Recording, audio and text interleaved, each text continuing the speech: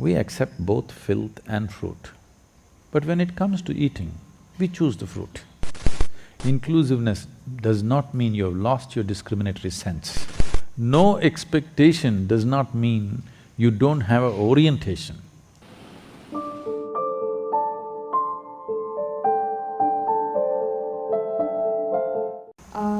I believe you've talked about expectations, and I feel that sometimes I tend to be too inclusive in society. Oh, what is the too inclusive?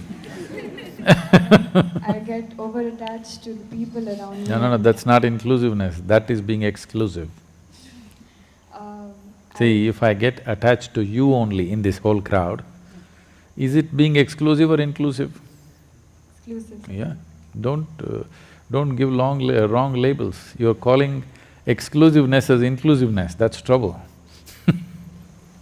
I just want to know, how do I make sure that I get rid of the expectations I have from people and not let whatever their opinions are about me get to my head?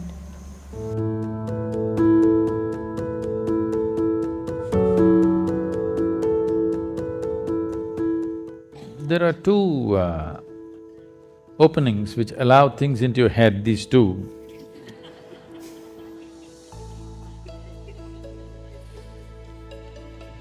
We can make Isha earplugs if you want. I didn't know there was demand for it. Our craft department can make Isha earplugs. Very organic, cotton ones, wooden ones, or just groundnuts, 2 groundnuts. High protein earplugs we can advertise. Now, what you call as attachment is a natural consequence of exclusiveness. The moment you choose between one and the other, getting tangled up with it is natural. See, we've already gone through this today. We accept both filth and fruit. But when it comes to eating, we choose the fruit. This is a choice we're making. When it comes to physical activity, we choose. But when we just sit here, where is the need to choose? For a specific activity, choices are made. But for the rest of the life, there is no need to make choices every moment of your life.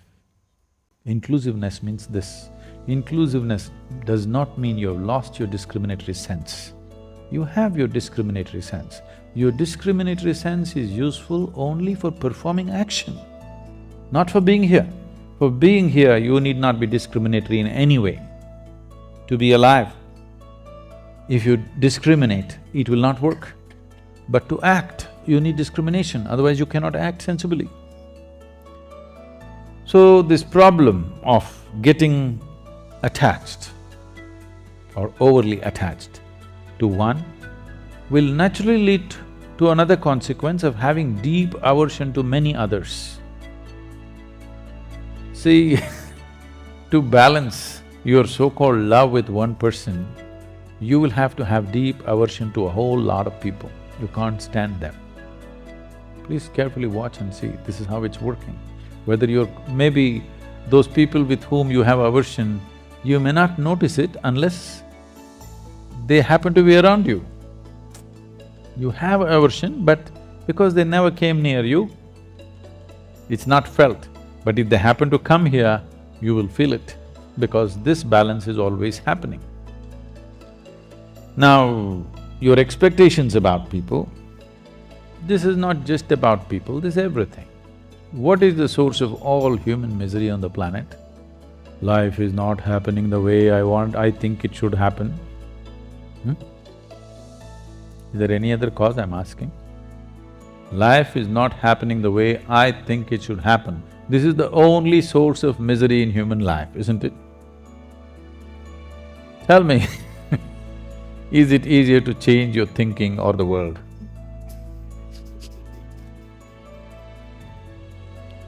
Changing your thinking is very easy, isn't it? And first of all, now When what you think is so important for you, have you taken this faculty of thinking into your church? No, you're in a state of mental diarrhea. If everything that happens in your thoughts come true in your life, you're finished. Fortunately, they're not coming true. My blessing is, may your dreams not come true. Because the way you're dreaming, if all of it happens, you're finished. Because your expectation is coming from a very limited picture of life. If you want your life to yield in a maximum way, even in material life, I'm saying, in a maximum way, I'm not talking about some spiritual dimension, just in your material life, if you want to yield maximum in this world, no expectations. You know Shunya meditation? No expectations. No expectation does not mean you don't have an orientation. It is just that you don't… every moment you don't go about calculating, oh, I didn't get what I want, I didn't get what I want did not happen. No, it's just that if you want to move in this direction, how far you will go will depend on how much gas you have, isn't it? And if you have expectation, you are wasting all your gas in simply revving up the engine all the time and you won't go far. See, all this problem is because happiness is a tomorrow thing. You understand? Why your expectations have such powerful grip on you is, happiness is a tomorrow thing, never a today thing. Because only if this and this happens, I will be happy. Now, as you get more miserable, as this and this gets little more away from you every day, instead of coming closer if it's going away, as you get more miserable, the power of the expectation becomes stronger and stronger. Right now, let's say you're really blissed out, but you want this to happen. We chased it, tomorrow instead of being closer, it's further away. It won't create any great amount of suffering, it will not. It will not create any suffering because you're joyful. So without fixing this, you're trying to do things in the world. Long time ago, it seems Krishna said, yogastaha kuru karmani. That means first establish in yoga, then act. But now you started your action in a mess, so you come to yoga. So we're trying to adjust this.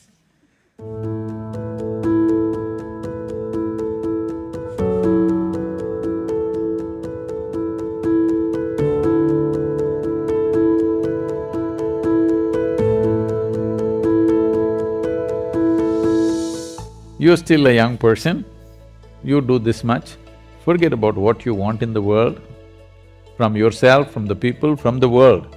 What you want, drop it. First establish this, that what happens within you is determined by you, nobody else but you. Just do this one thing, naturally you will choose to become pleasant. When you're very pleasant, still 10,000 things have not happened in my life. So what? With a joyful zest, I'll go after it. And the chances of fulfilling those expectations are far better. If they don't happen, who the hell cares anyway, because my experience of being here is wonderful whichever way. Without fixing the fundamental, we're trying to run away. We've not fixed this, but we are trying to take this somewhere. This is trouble. If you want to drive your car, you must see first it's properly fixed. Two wheels are loose, it's on the jack. Now you try to drive, you know it's going to be a disaster. You're still a young person, there's no need for anything to happen in your life right now. This is a time to establish yourself. This is not a time to drive. If you drive before you fix the wheels, it's going to be painful and disastrous. Don't do that to yourself.